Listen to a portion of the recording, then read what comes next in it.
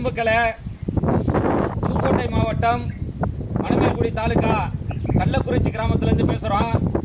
நான் சமூக சமத்துவ கூட்டமைப்புங்கிற அமைப்புல பொறுப்பாளராக இருக்கேன், தலைமை ஒருங்கிணைப்பாளராக இருக்கேன். என் பேர் பழனி. இந்த கிராம கோயில் பிரச்சனையா இந்த மக்கள் இந்த கோயில்ல கூடியிருக்காங்க. ஏன் கூடியிருக்காங்கன்னா, இந்த கோயில்ல நாளைக்கு வருடாபிஷேக நிகழ்ச்சி நடைபெற போகுது. இந்த வருடாபிஷேக நிகழ்ச்சிய இந்த ஊர்ல ஏற்கனவே ஒரு 2 பிரிவா இருக்கிறாங்க. 2 பிரிவா இருக்கிறவங்கள பேசி சமாதானம் பண்ணாம தாசில்தார் என்ன பண்றாருன்னா, நாளைக்கு வருடாபிஷேக நிகழ்ச்சியை நடத்துறதுக்கு உத்தரவு போட்டிருக்காரு. அறநிலைத்துறை நிர்வாகமே இந்த வருடாபிஷேக நிகழ்ச்சியை நடத்த போகுதான்.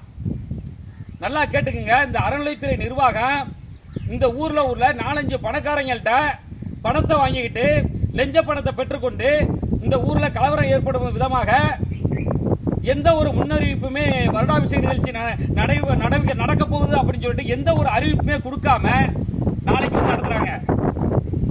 அப்ப இதுக்கு முன்னாடி 2 நாளைக்கு முன்னாடி இந்த கோயில்ல பூசாரிய அடிக்க போய் ஒரு பிரச்சனை நடந்திருக்கு. அந்த பிரச்சனைக்கு அடுத்ததா தான் நேற்று மணமேல்குடி வட்டாட்சியர் சமாதான பேச்சுவார்த்தைக்கு ஏற்பாடு பண்ணாரு. ஆனா சமாதான பேச்சுவார்த்தையில ஒரு சைடுக்கு மட்டும் அவர் ஆதரவா செயல்பட்டதுனால இந்த மக்களுக்கு ஆதரவா போன சட்டம் தெரிஞ்ச இயக்க தோழர்களை அனுமதிக்காத காரணத்தினால பேச்சுவார்த்தை இந்த மக்கள் புறக்கணிச்சுட்டு வந்துட்டாங்க. அப்ப என்ன வேணும், வட்டாட்சியர் அதை சமாதானமா பேசி ஒரு முடிவுக்கு கொண்டுகிட்டு வந்து அதுக்கு பிறகுதான் இந்த நிகழ்ச்சியை நடத்துறதுக்கு ஏற்பாடு பண்ணணும்.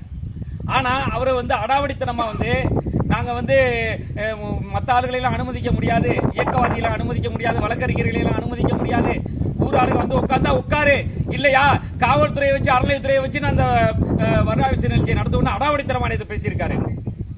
அப்ப இதனுடைய விளைவு என்னன்னா, இந்த மக்கள் 2 நாளைக்கு முன்னாடி பூசாரி அடிக்க போய் பிரச்சனையா இருக்கு. அப்ப நாளைக்கு நீ வருடாபிஷேக நிகழ்ச்சியை நடத்தினீங்கன்னா இங்க என்ன ஆகும்? இந்த மக்கள் நாளைக்கு இந்த கோயிலை பூட்டுவன்றாங்க, உள்ள யாரையும் அனுமதிக்க முடியாதுன்னு சொல்றாங்க. அப்ப எதிர்த்தரப்பினர் இங்க கோயிலுக்கு வந்தா அப்ப என்ன நடக்கும்? இந்த மக்கள் அவங்களோட மோதுவாங்க. அப்ப குஞ்சனை போன்ற இடங்கள்ல கோயில் பிரச்சனைகளை பல கொலைகள் நடந்திருக்கு. அதே போல இங்கே நடக்கணுமா? வடநாட்டில் இப்பதான் பிரச்சனை நடந்திருக்கு. இங்க நாளைக்கு மிகப்பெரிய அளவில் சட்ட ஒழுங்கு பிரச்சனை ஏற்படக்கூடிய சூழலை இந்த மாவட்ட காவல்துறை, அறநிலையத்துறை, வருவாய்த்துறை எல்லாமே சேர்ந்து செஞ்சுக்கிட்டு இருக்காங்க. ஒரு பதட்டமான சூழல் இங்க இருக்கு.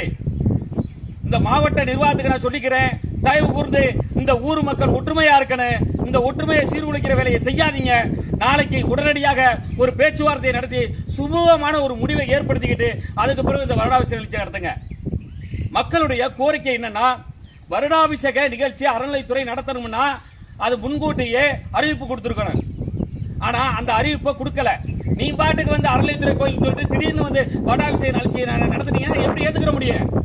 அதனால நீ வருடாபிஷேக நிகழ்ச்சியை தள்ளி வைக்கணும். அது ஒரு கோரிக்கை. 2வது, இங்க உள்ள பூசாரி அண்ணாதுரை சாதியை சொல்லி பேசியிருக்கிறான், பள்ளம் பறையன்னு சொல்லி பேசியிருக்கான். அந்த மாதிரி ஆளெல்லாம் இந்த கோயில பூசாரி அனுமதிக்க முடியாது. அப்படி சாதி வெறியோட பேசுற பூசாரி நாளைக்கு இங்க கோயிலுக்குள்ள நுழைஞ்சா இந்த மக்கள் எதிர்ப்பு தெரிவிப்பாங்க. நீ காவல்துறையை வச்சு அடக்க நினைச்சா இங்க மிக பெரிய அளவுல வன்முறைகள் ஏற்படும். அதெல்லாம் நாங்க விரும்பல. தயவு கூர்ந்து இந்த மாவட்ட நிர்வாகம் இதை பேசி சமாதானமாக்கி அடுத்த கட்டத்துக்கு போறோம்னு கேட்டுக்கிறோம். அந்த பூசாரியை இந்த கோயிலை இனிமே அனுமதிக்கவே முடியாது அப்படின்னு இந்த மக்கள் சொல்றாங்க.